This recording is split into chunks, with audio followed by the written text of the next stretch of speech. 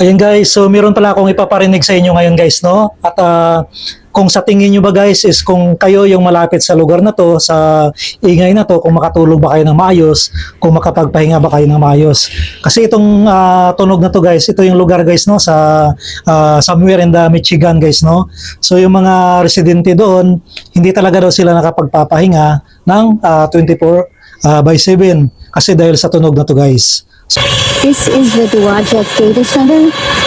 It's very small, but here's the noise. Dito sa atin guys, ito yung PAX Silica. So ito yung plano nila na AI hub na itatayo dito sa Pilipinas guys, no, sa Clark, Pampanga. So malapit na to guys kasi nung April 2026 napirma na to ng government natin guys, no. At ang sabi dito guys, ito guys ginugel ko to, so makikita nyo rin sa Google. So first quarter of year 2028 sisimula na daw yung phase 1 nito guys. So magsisimula na yung paggawa nito or yung pag-build nito.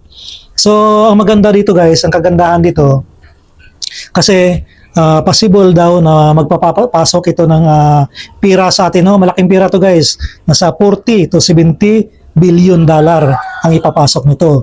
So nasa Google yan guys, no? Kaya hindi tayo gumagawa-gawa ng kwento dito. And of course, magpapasok din to ng trabaho, no? Aabot daw sa 190,000 katao na mga Pilipino ang maaring or posibleng mabigyan ng trabaho. So, para sa atin guys, sa mga Pilipino, napakagandang opportunity nito, no?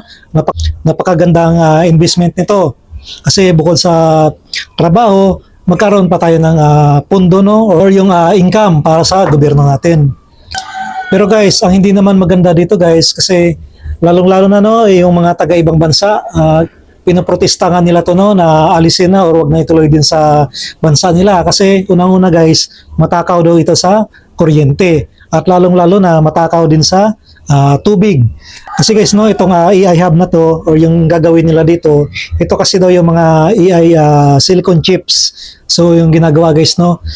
So alam naman natin na yung Taiwan talaga yung gumagawa nito. So yung US magpapatayo na rin dito, no. Sumali na rin yung Philippines para dyan sa PAX Silica na yan. So, isa tayo sa bansa, no, nasasali dyan. At itatayo nga to guys, doon daw sa Pampanga. Of course, hindi lang naman yan basta-basta guys, kasi pag natayo na yan, of course, kailangan yan mag-mining, no, or magmimina. Kasi magmimina sila dyan, kailangan nila dyan ng mga nickel. So, ano ba yung nickel? Ito yung mga ginagawang metal guys, no, or mga stainless. At yung copper, ito naman yung mga tanso or yung sa mga wire natin sa gawad, no, ng kuryente. So yun yung mga ginagawa niyan. So kailangan nila magmimina niyan. Pero guys, ang sabi naman dito, magkakaroon daw sila ng sariling solar energy. So hindi naman sila makikipaggawa sa kuryente natin. Kaya lang, ang nangyayari nga po sa ibang bansa, ganun nga guys, no, may shortage sila dun sa kuryente, lalong-lalo na sa tubig. So ibang bansa guys na mayroon na mga AI hub, so short talaga sila, may shortage talaga sila sa tubig. So nararamdaman talaga nila yan. Kaya sana sa atin, bago tayo dyan makipag-deal, no, bago matuloy yan, so mag-isip-isip tayo. Lalong-lalo na dyan, no, dyan sa Clark, Pampanga. Kasi kayo dyan yung mas malapit. So kayo nang bahala kung sa tingin nyo pag ganyan, no, 24/7 yung maririnig niyan kung makapagpahinga ba kayo ng maayos yan. So tingin ko napakasakit sa tainga niyan. Of course, sabi dito, kapag hindi yan napamahalaan ng maayos, posible magkaroon niya, no, ng pollution dito sa lugar natin, dito sa Pilipinas.